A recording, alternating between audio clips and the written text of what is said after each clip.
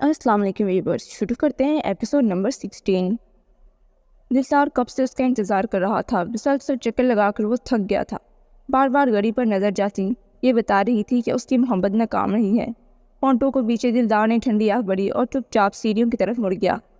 کتنے ہی خواب تھے جو دم توڑ گئے تھے۔ وہ اندر تک ٹوٹ گیا تھا، مگر پریشی سے اس کا ذکر نہیں کرنا چاہتا تھا۔ اپنے کمرے کی طرف لمبے قدم اٹھاتے دلدار نے کسی شے کو دیکھا تک نہیں۔ ہاتھ سے گزرتے اسے شور کی آواز آئی۔ اس نے سر اٹھا کر دیکھا تو پریشی کے کمرے کا دروازہ بج رہا تھا۔ دلدار چند منٹ کو رکا، پھر سر نفے میں ہلا کر آگے بڑھا اور اپنے کمرے میں داخل ہو گیا۔ دل پلیز مت جائیں۔ وہ نیم بے ہوشی میں دروازے کے لگی اس کو کھول رہی تھی۔ اچانک سے دروازہ کھلا اور وہ باہر گر گئی۔ نورے نے جیسے ہی اس کو دیکھا فوری شور مچا دیا اور جا کر دلدار کا دروازہ بجایا۔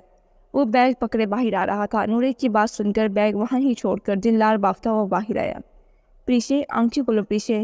اس کے گال پر ہاتھ لگائے دلدار نے فکر مندی سے کہا۔ اتنے میں ملازم پانی لے آیا۔ دلدار نے پانی کے قطرے اس کے چہرے پر ڈالے۔ پریشے نے گرا ہوا ہاتھ اٹھایا اور دلدار کا کالر پکڑ لیا۔ آپ مت جانا مجھے چھوڑ کر، میں یہاں ہی ہوں، تمہارے پاس نہیں جا رہا، بالکل نہیں جاؤں گا۔ پریشے ہوش میں آؤ۔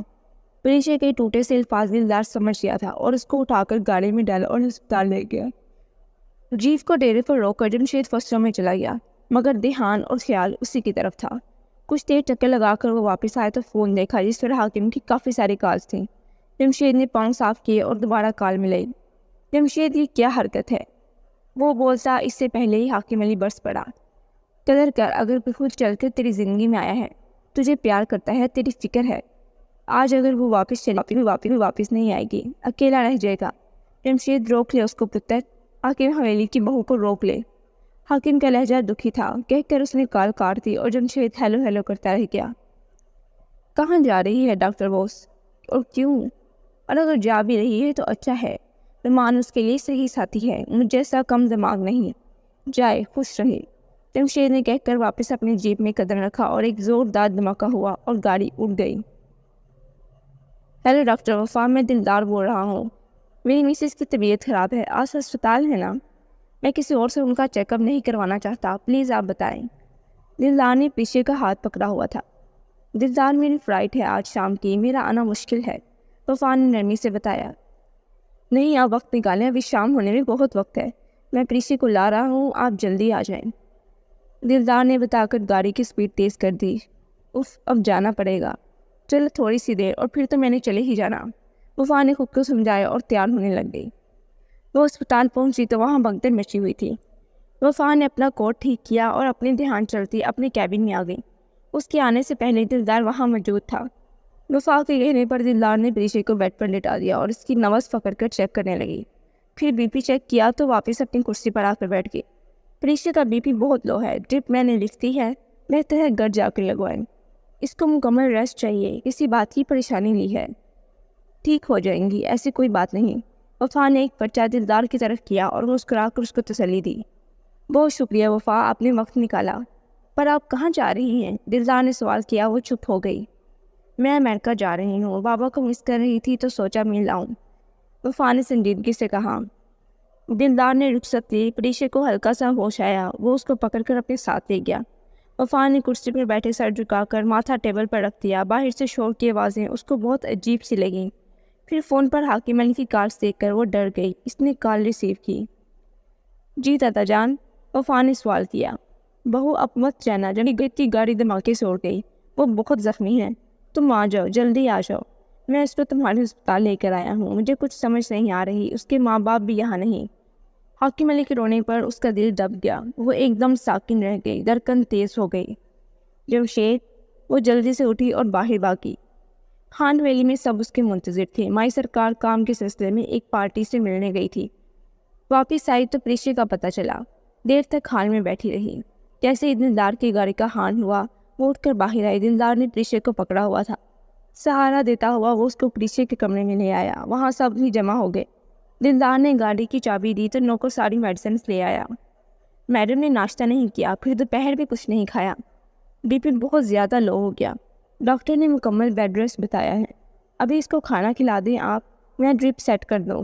دلدار نے پریشے پر ایک گہری نظر ڈالی، پریشانی اس کے چہرے پر تھی۔ پریشے بیٹا، کیا کہہ رہا ہے دل؟ آپ کیوں اپنا خیال نہیں رکھتی؟ مائی سرکار نے اس کو کھانا دیا۔ مائی سرکار مجھے دل سے بات کرنی ہے، وہ چلے جائیں گے پھر پلیز۔ پریشا واپس بیڈ سے اٹھی، ادھر سے دلدار آ گیا۔ کہاں جا رہی ہو؟ اس نے گرج کر پوچھا۔ آپ ہی سے ملنے جا رہی تھی، اپنی بیوی کو وقت دو دلدار، باقی باتیں کل ہوں گی۔ مائی سرکار دونوں کو اکیلا چھوڑ کر کمرے سے مسکراتی ہوئی چلی گئی۔ اور تم کہاں جا رہی ہو؟ دلدار نے اس کو پکڑ کر واپس بیڈ پر بٹھایا۔ دل، مجھے بات کرنی ہے، وہ چڑ کر بولی۔ کر لینا بات، ابھی لیٹو، یہاں ڈرپ لگانے دو۔ دلدار نے اس کو لٹایا اور پاس بیٹھ گیا۔ آخر کیوں نہیں سن رہی میری بات؟ پیچھے چڑ کر واپس اٹھ بیٹھی۔ دلدار نے اس کو پکڑا اور خود بھی پاس بیڈ پر ٹیک لگا کر لیٹ گیا۔